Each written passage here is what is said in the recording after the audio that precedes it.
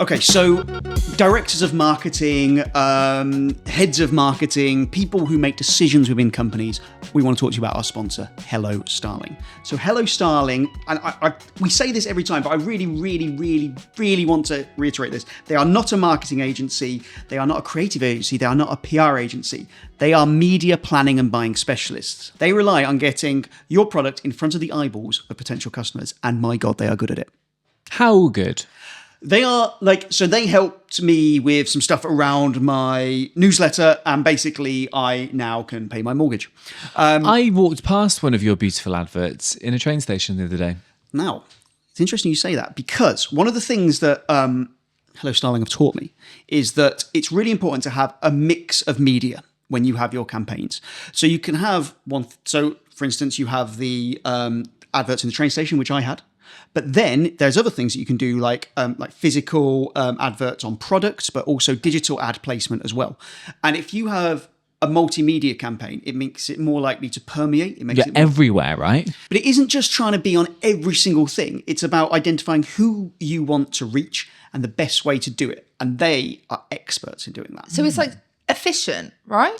Exactly. There's so many ways you can just frivolously lose your money trying to advertise in like a digital world. What they do is they basically get the most bang for your buck by picking the platforms and the medium of advertising that will work best for you. And they show you the stats, right, to back up their decision making. Oh yeah. We love a bit of delicious stats. Or yum data. They're very, very good. I recommend them wholeheartedly. I've used them. They're great. If you think they can help you, they are Hello Starling. So go to hellostarling.co.uk.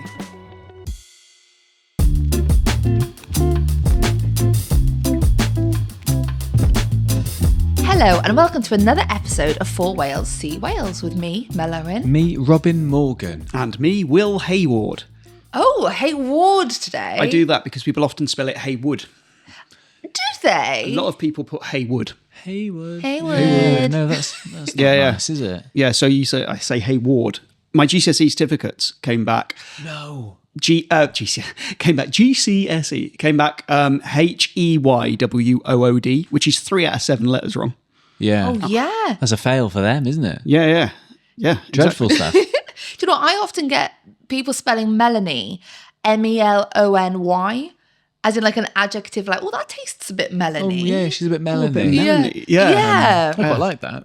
I don't. Sure. No, I'm not. No, for Robin, I quite like that. I'd be impressed if they misspelled my name that way. Exactly. Do you ever get like, you go to, any coffee brand and they ask for your name and they write it down and it's like so not what your name is. Do you ever get that? Yeah, producer Daryl, who is Darryl, is looking like he feels seen.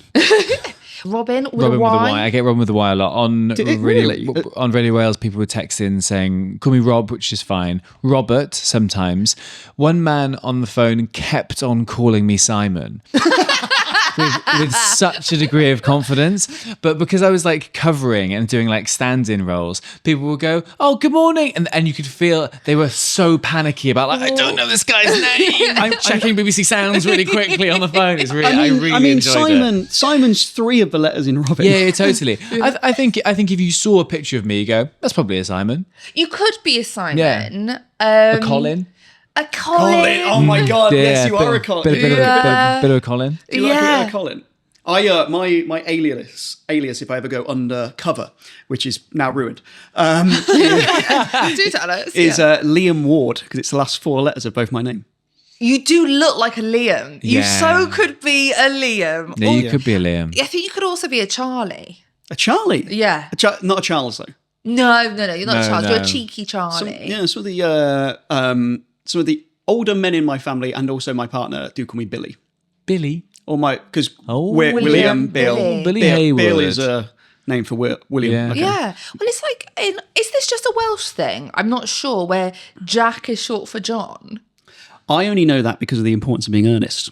Oh, okay, so maybe it's not a Welsh thing. Never heard of that. Yeah, Really? Jack is a shortened word for John. Yeah. That was a... In what way, shape, or I'd form? say it's a wrong word for John. Exactly, it's just another name. Yeah. So be like, oh, my actual name is Natalie. Yeah. But I've shortened it to Melanie. Yeah, Melanie.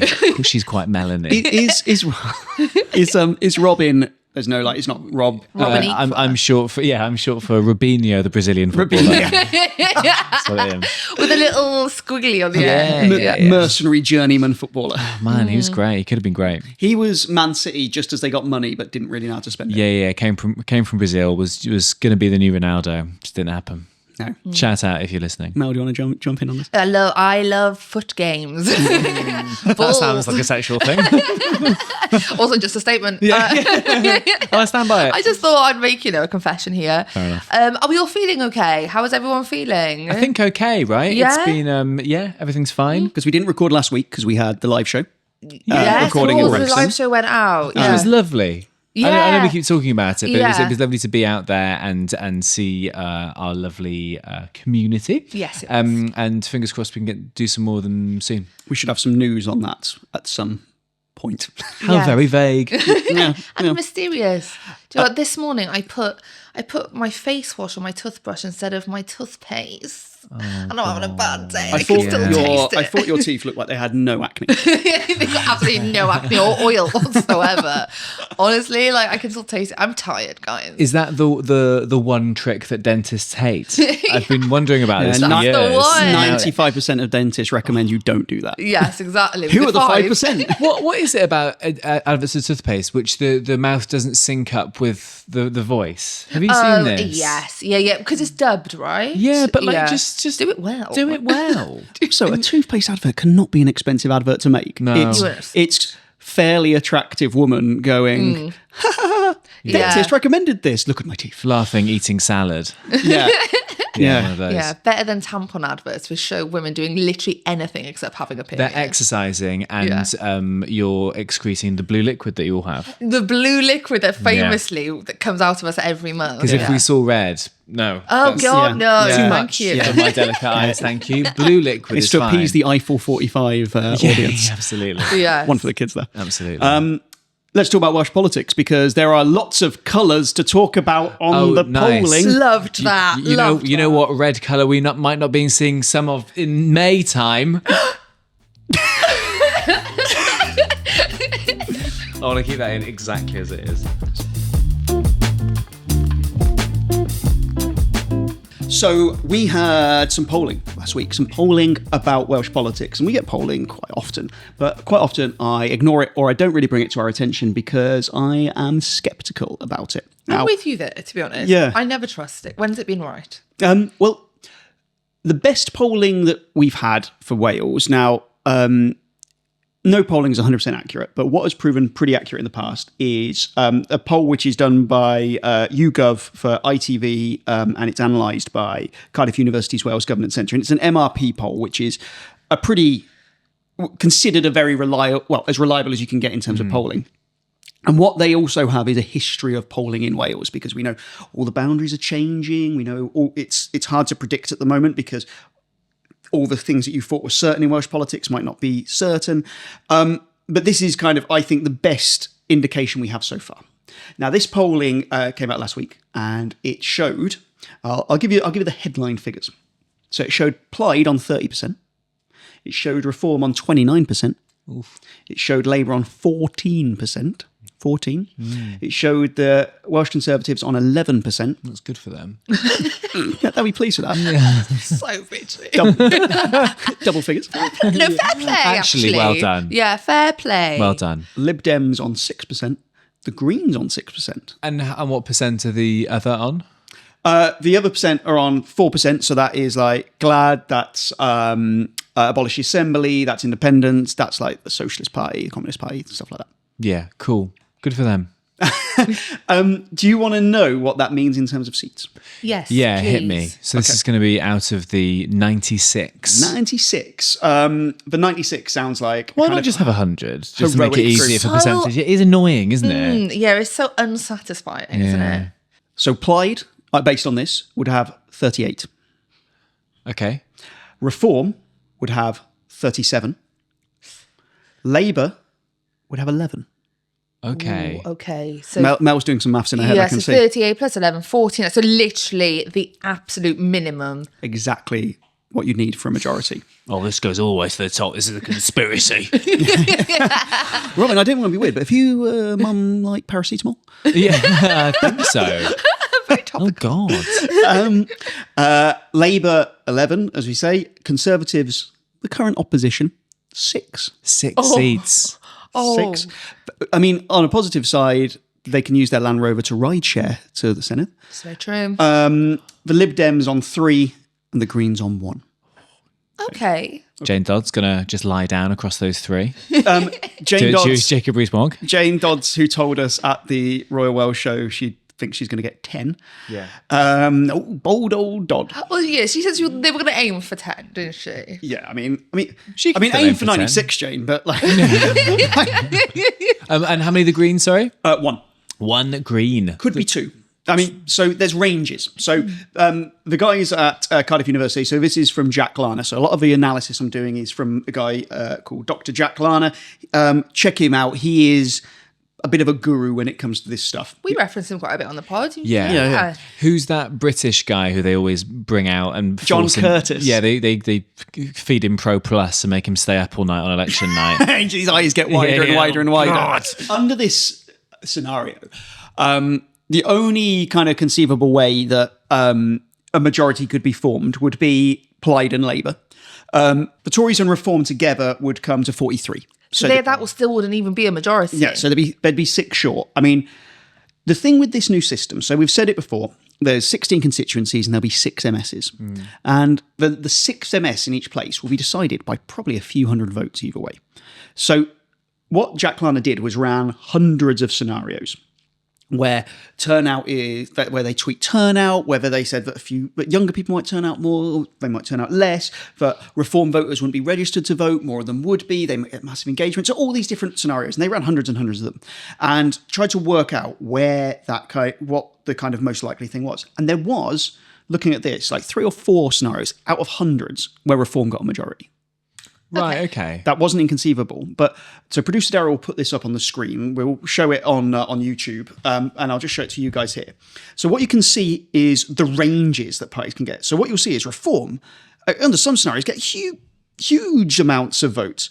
But what Reform also do is could end up getting only like 20 seats. And this is showing that Plaid, their full range of motion, let's say. Their floor and their ceiling.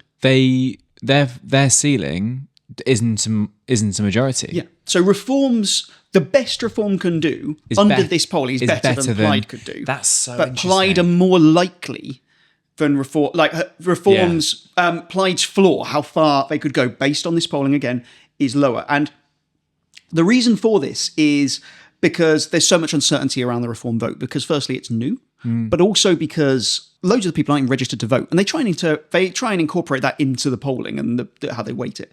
But it's all up in the air. We'll come to Labour in a minute, but that is wild. When is the deadline? I think I've asked this before. When's the deadline to register to vote? It's normally pretty close to the election. I think it's probably about 6 weeks out. Okay. I'm getting bombarded by Cardiff Council with register to vote threats as like you could be charged all this, and I am registered to vote, like unsurprisingly. So they're taking it very seriously. Yeah. I think all local authorities are. I still get scared every time I get post. All post is bad. Oh yeah, it's never nice. That's my post. Bring back postcards. Yeah, that's such a absolutely. Because I think what a lovely thing to just get a card or a postcard or a little letter. Yeah. I sent my dad a postcard back in the summer. I went on holiday with my mum's side, as we know, product of divorce. They're all on very good terms. And I sent him a postcard, and he's loving it. It's a really nice thing to get, isn't it? I still send them to my grandparents, and they get them all up on their fridge, right from like my first ever school trip to like me going to Shetland this year. They've got them all. Yeah, it's really sweet. That's very cute. Yeah. I find it weird that the post person can read it. That is funny, isn't it? Yeah. Yeah. Especially if you live in a small community where you know the postman and that kind of thing. Yeah. Like that's my sexy message you're reading. Exactly. That I'm sending to my wife. I mean, not to my grandparents. Sure, yeah. I only sext via postcard. Imagine how long it would take. Yeah. Well, Yeah, you're right. All post is bad post now, isn't it? Yeah, but the way the council are sending them, like it is, I'm second guessing myself. I'm like, have I registered to vote? It feels very like, even the envelope is like, do not ignore this. Yeah, that's so funny on those envelopes. Like, we know you're going to ignore this. It's not a Domino's leaflet. But also the way I'm like, ignore it. Yeah. Because, don't tell me what to do, actually. Yeah, but Envelope. like it is, they are taking it very, very seriously. They clearly want as many people to vote as possible, which is great for democracy, right? That's obviously what we all want, is like for a reflective enough result.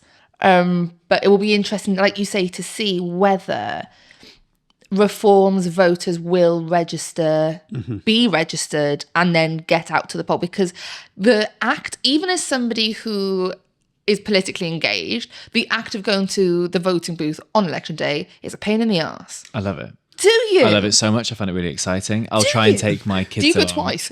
Yeah. You can vote twice, right? Yeah. I take my kids along if I can. It's often like during school days, but if their school is ever closed for it to become a polling station, I would take them. Yeah. I think it's important. Do you know, I once rode my horse to the polling station and the clerk held it outside. What? No, just Hang on. Sorry. Just no. Explain yourself. You rode your horse to a polling station. So my old school, RIP, it was closed down because it only had 12 pupils. But 9 horses. The amount of shit on the floor, mostly for Mel. Then I left and they had to close. Yeah. Genuinely, it closed about 2 years after I left. Is it because they thought they peaked with me? Yeah. Possibly. Possibly. I like that you looked over there as though there was an audience. Fucking Fleabag, like. Yeah. Yeah. I'm there. What are you doing? Was that you doing? Sexy priest. That was Yeah. Jonathan Bailey. Did you identify as sexy priest? Out of all the characters in there, you went for. Yeah. Do I want to do that? I've been told that I do resemble the actor who plays Jonathan the sexy Bailey? priest. Andrew Scott. Is that what he's I called? think so. Okay. Yeah, he played Moriarty in Sherlock.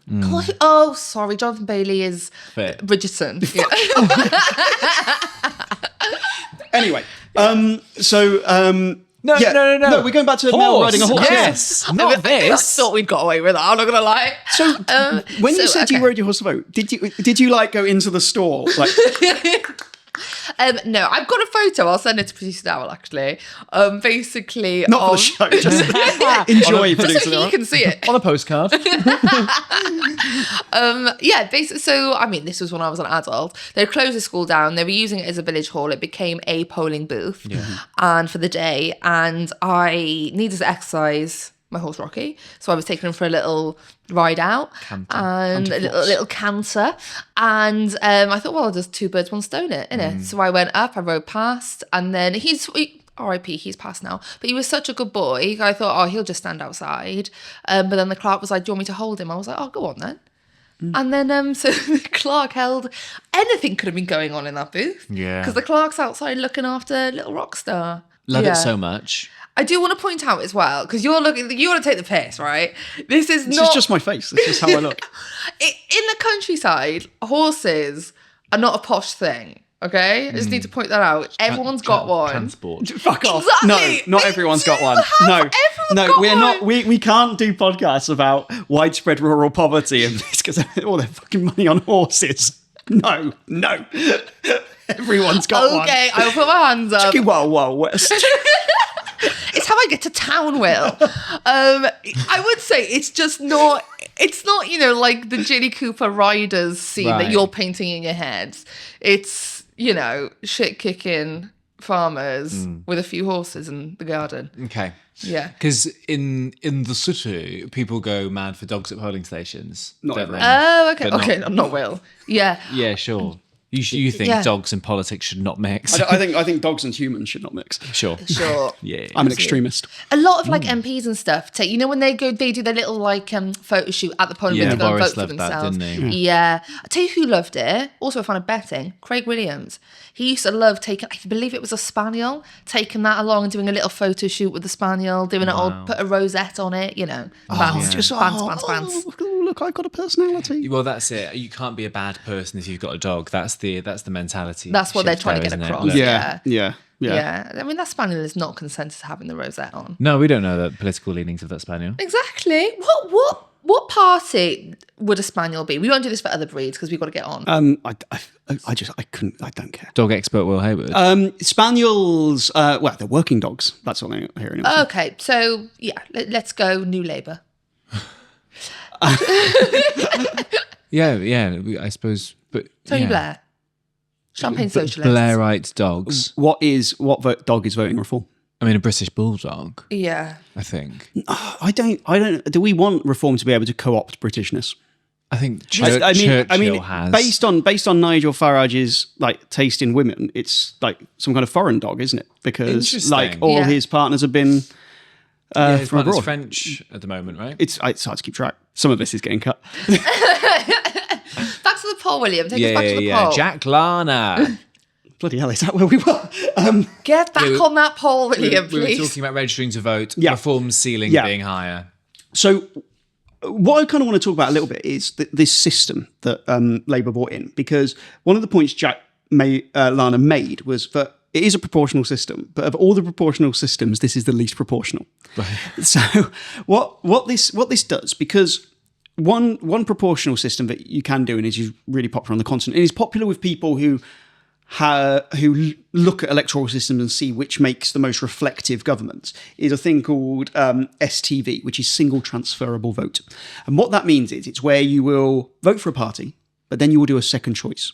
So if the party you voted for first is out, it will just go to your second choice. And that's quite interesting, because what it means is if you're a Green voter, you vote Green and you think, well, actually, I wouldn't mind Plaid, so I'm going to put them as my second choice. So it means that once the Greens haven't got enough votes, your vote transfers to Plaid.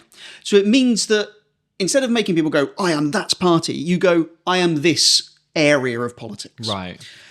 If that system was in place, Reform would be in real trouble, because Reform are nobody's second choice.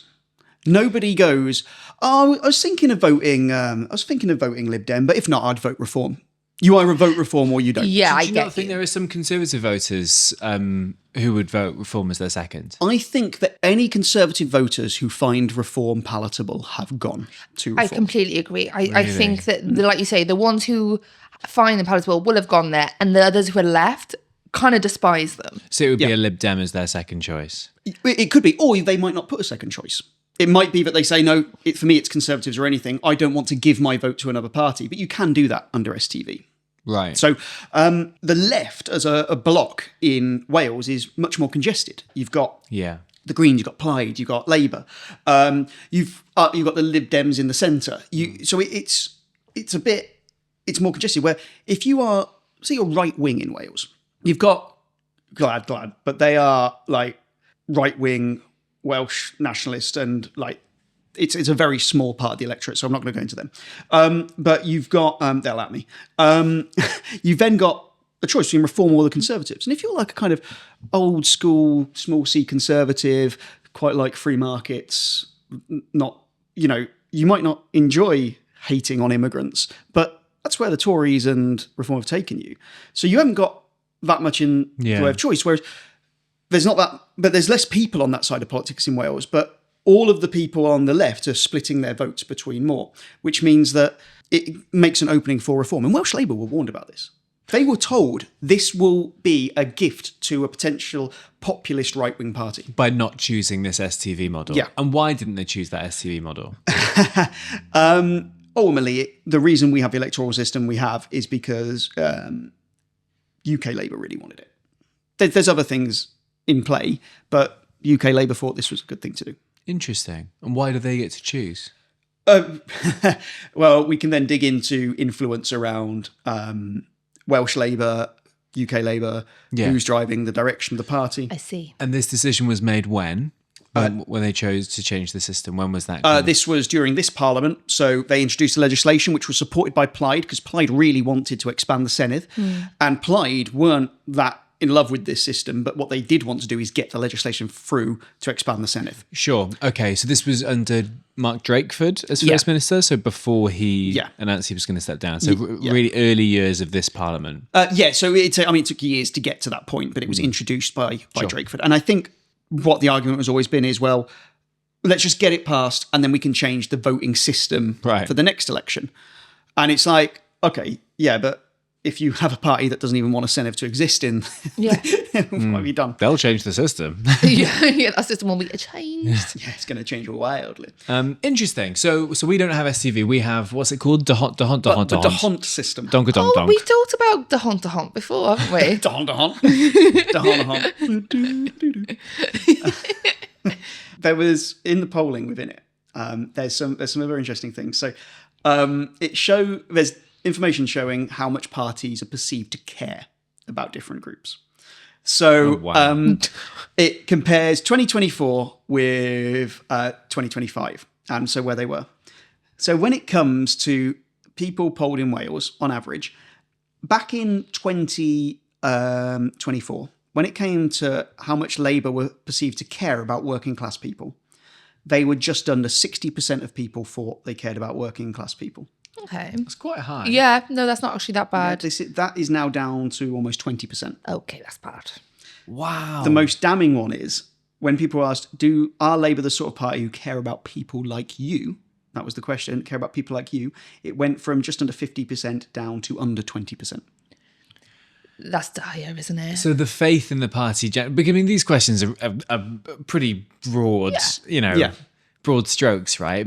But if you're not identifying with that party and that has dropped so significantly, then I'm showing on at the moment, it'll be on YouTube, Robin and Mel, these graphs. So the light dot is where they were, and this is where they've gone. And you'll notice Plaid haven't really changed at all. People's perceptions of Plaid haven't changed. And then Reform haven't either. But then I suppose Reform don't have that much of a legacy or anything. Do you know what I mean? They've got nothing to compare people it feel with. like they know Reform and they still know them. But I'd be so interested to see Labour's if Farage hadn't announced as leader of Reform and they weren't doing this big blitz. If Reform didn't exist, there's an alternate universe somewhere. Where because I don't think Labour have done anything differently in the last couple of years, which is probably their fault. Yeah. But also they are being pummeled by the fact that now there is an alternative for some people. Do you think part of it though is that polling was just as Labour came in under Starmer, and you've had 14 years of the Tories with Labour as the opposition going, you are screwing over working people, screwing over working people, and then Labour come in and we are screwing over working people. They do the changes around winter fuel payments. They do the changes to disability, the stuff they've done to people in Wales in terms of not giving Wales what they argued it deserved before the election. Yeah. The interesting thing here is the only thing that's gone up for Wales is that bottom one, where people perceive that Welsh Labour really now care about people who speak Welsh. Now, interesting. Now, the reason that that's gone up isn't because loads of people in Labour and Plaid think, Labour are really going out to bat for us. Yeah. It's because Reform voters, you know it well. They're basically saying, they're the party of Welsh speakers. That's Reform voters thinking that. So that isn't even a positive metric for Labour, really. Can I ask, what are the two? Because the Conservatives have only really moved on two of them. What are they? Welsh people in general and people who speak Welsh. And I think, I'll check this, but I think that is basically the same phenomenon as we've seen with Reform voters perceiving them as just party of Welsh speakers. Because with the Welsh Tories, there is a weird kind of split as well between those who, hate kind of Welsh identity, to be honest with you, and, but also the other half who are like, oh no, I'm proudly Welsh and British, and the Conservatives work for Wales. So there is that weird split in the party for sure, which is a weird one. Maybe we could come back to it on another time when the Conservatives are more relevant, but as to why that split kind of exists within the party, and how that kind of does. It's never caused a crack by any means. Do you know what I mean? No one feels that strongly, but they just cannot seem to agree, on that kind of morality. They don't know who they are, do they? Well, yeah, exactly.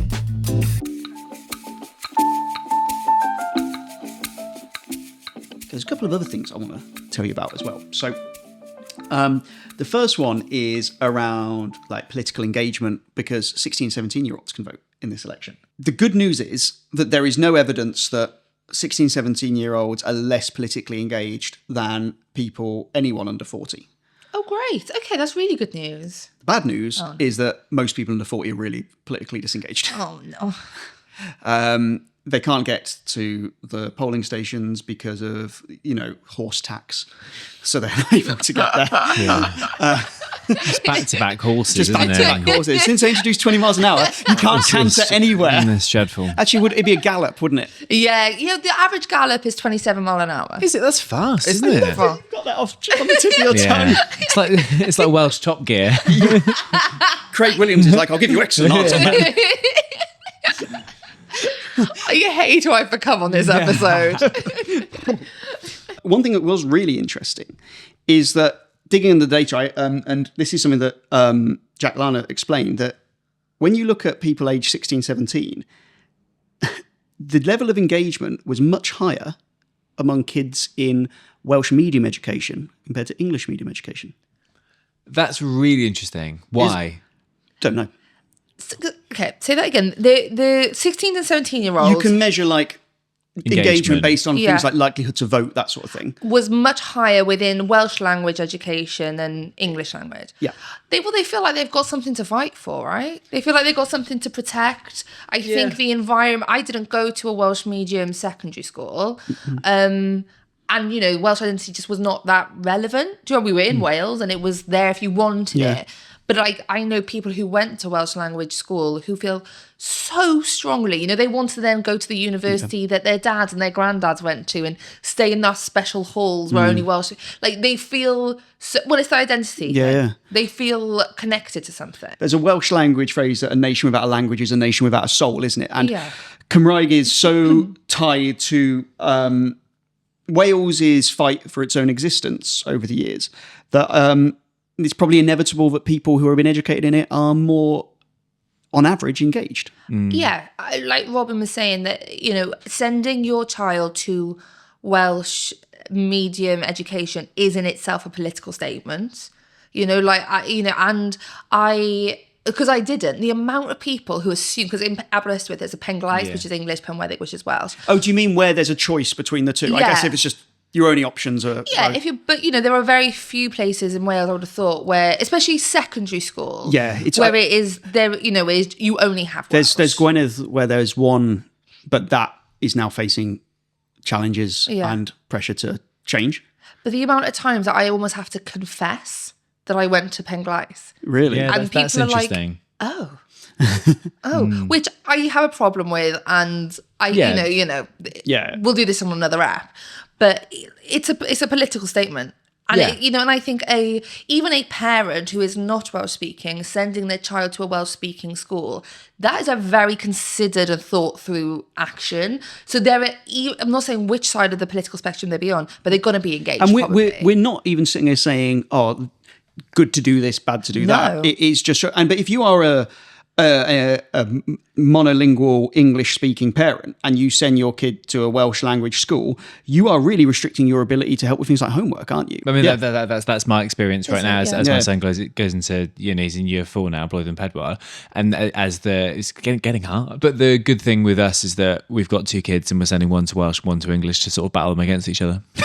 See who does best at the end of the day. Exactly. And then when we find out what they got for their GCSEs, we'll decide whether or not we need a Senedd. I'm doing my own polling, Jack Larner. I'm guessing the one that you sent to the Welsh school won't be crashing their car all the time because they're confused by road signs. That's very, very true. Apparently that's how it happens. One gets a horse. One's going to vote Reform. One's going to vote Plaid. And I know which. The other thing I just wanted to ask you about is around how different leaders are polling. So, how's the Welsh Reform leader polling? It just has a question mark there. No, it says fictional. Sure. It's like a special guest on a comedy club lineup, and it's like a silhouette of somebody like, oh, is it going to be Michael McIntyre, or have they just not booked someone? It's just it's like the end of Scooby-Doo. You just take a mask off. And it's like... My favourite, I love Scooby-Doo. I love Scooby-Doo just because at the end of it, the answer is always not magic or not a monster. The answer is always logical. And I think that's important. Kids know that. Never ever do they get to the end of Scooby-Doo and go, oh, it was actually a ghost. Obviously, it wasn't a ghost. Yeah. But it could be in this circumstance. I mean, it's as likely to be a ghost as it is a real person. But there's one Scooby-Doo episode where they catch the guy, they rip the mask up and they go, Mr. Jones. And then they go, no. They rip another mask up. Mr. Smith. But then they rip off the mask. Rule of three. Mr. Jones again. No, So stop. Mr. Jones, It's never not bluffed reverse. it. Mr. Jones had put a mask over his head, then put a mask of his own face over his head, and then another monster mask on top of it. He must have been so sweaty. I know. I'd have been caught instantly because Scooby-Doo would come near me and I'd have an asthma attack. Yeah. Do you want a Scooby snack? Will Hayward's slow credits rising, really inching. So I'm going to give you the popularity of different leaders. So this is net favorability. Okay. So you take how many people have see them favorably and how many see them unfavorably, and you put them together and you see every single person in minus numbers. Every single person. Politics. So there's two joint highest. The highest one is the Renicorn on minus 2%. Nay. He should ride a horse to a polling. People should ride him to a polling station. So glad he's been on because he's never coming back. He will. He will. Joint with the Renicorn is Nigel Farage. Sure. I'm minus 2%. But two things I want to point out here. Firstly, He's not the Welsh leader. he's not the Welsh leader. So should be on there, really, anyway. The first thing is, for the Renicorn, 46% said don't know.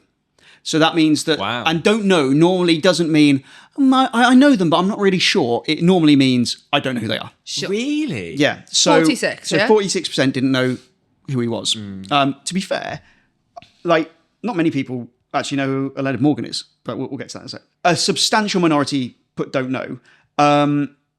It was pretty much 50-50 with the Renicorn, like, obviously, because he's minus 2.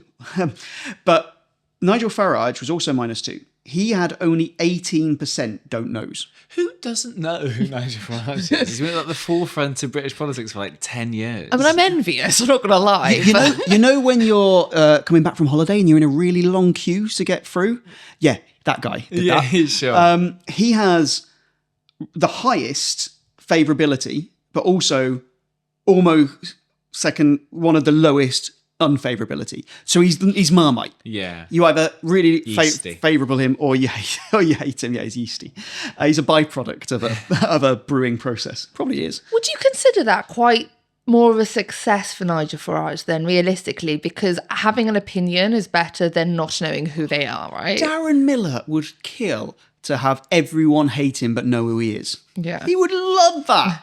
I mean, unawareness of his own existence is like, I mean, it's not their only problem, but it's a pretty. I mean, Darren Miller's don't know was 53%. He had the highest.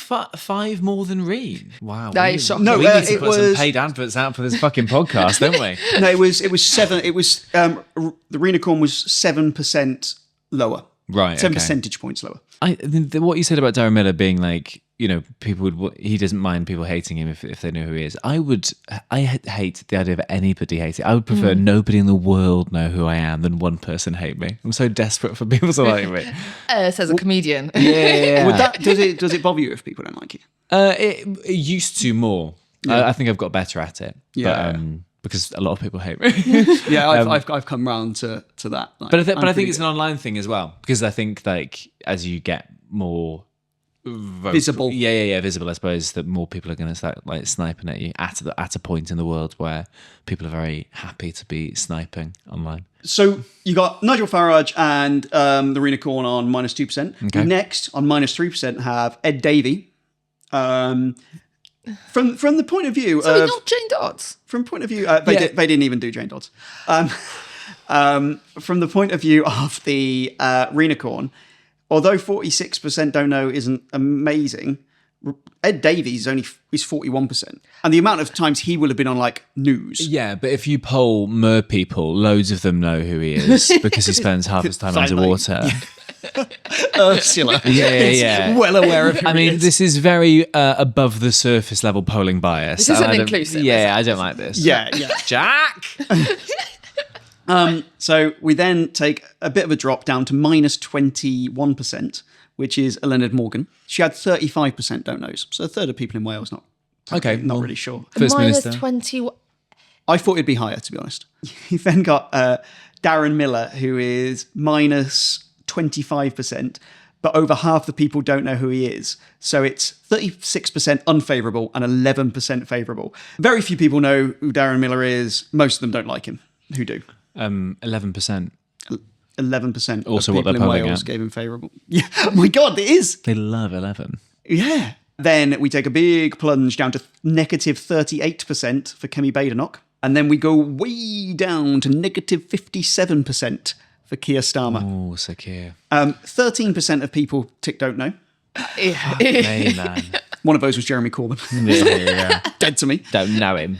But yeah, negative rating, 72% of people polled were unfavourable in a country which Labour were the largest party. In a landslide.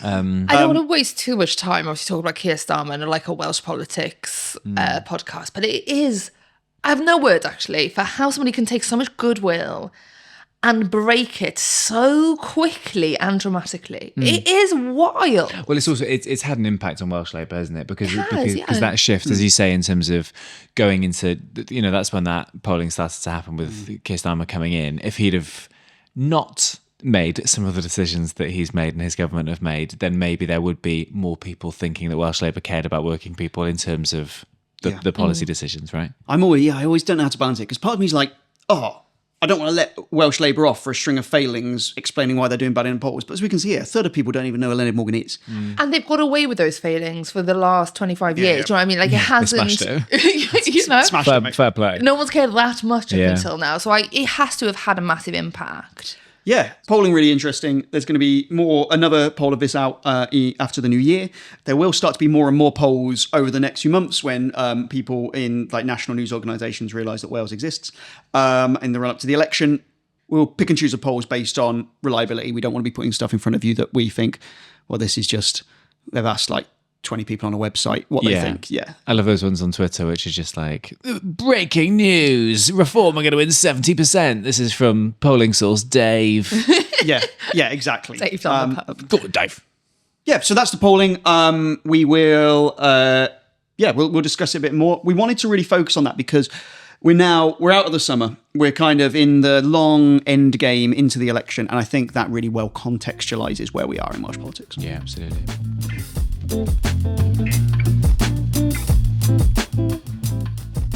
Anything to report, guys? My mouth still tastes like my face soap, to be honest with you. I was hoping that would have ended by the end of this podcast, but no. But yeah, it's been lovely seeing you guys. And I'm glad that we actually, when the poll came out, I was like, and I was like, I didn't want to like put anything in the group chat because I wanted to save it for this. But you know, when it's like, I really wanted to discuss it. Yeah, totally. I wanted to discuss something. I got an email about you this morning. About me? A good one. Yeah. Interesting. Mel Owen, one of Cardiff University's 30 under 30-ish. Oh my God. What? Pretty cool. Thank you Had a so little much. scroll through. I was like, What did you win it for? I think you're going to be really annoyed, Well. What did you get it for? Journalism. Oh, it's nice to have a proper fucking journalist on the show. In all fairness, it's media and journalism, but you scrap the media. I am Cardiff University alumni's leading journalist. So I, a few years back, was put in for these 30 under 30-ish awards for Cardiff University alumni, and I entered the journalism one, and I did not get it. But I was given it in bringing Wales to the world, which I'm not convinced I've done in any way. I think you have. I think you have. I mean, You have. I did tell them that I'd sold books in America. I think it was like 7. Sure. And you have. Yeah. Yeah. But yeah, I've got family in America. Look at that. Yeah. Well, yeah, congratulations, Melanie. Thank you It was so lovely to see much. your face in the email box. Thank you. No, I'm Put it very straight into spam. report. Here, report. We're all Cardiff Uni alumni as well, aren't we? Which I love. Gives us a really broad view of the world, doesn't it? Yeah. Right. Next week we'll talk about which night out at the Students' Union was the best. Yeah. Come play Saturdays. Oh, you want to come play, boy? I love to come play, boy. Hey, no. Actually, what was Fun Factory Mondays? Fun Factory Monday. Yeah, That was quite good. That was the rock night. Yeah. This is ahead of your time, I think. Yeah, I didn't come out because I was studying. That's how you win awards. That's because you couldn't bring horses. Yeah, to into the muck, Students' Yeah, Union. yeah. muck out the stable. There was no horse night. Right. My name's Will Hayward. Mine's Robin Morgan. My name's Mel Owen. Ta-ra. Bye. No.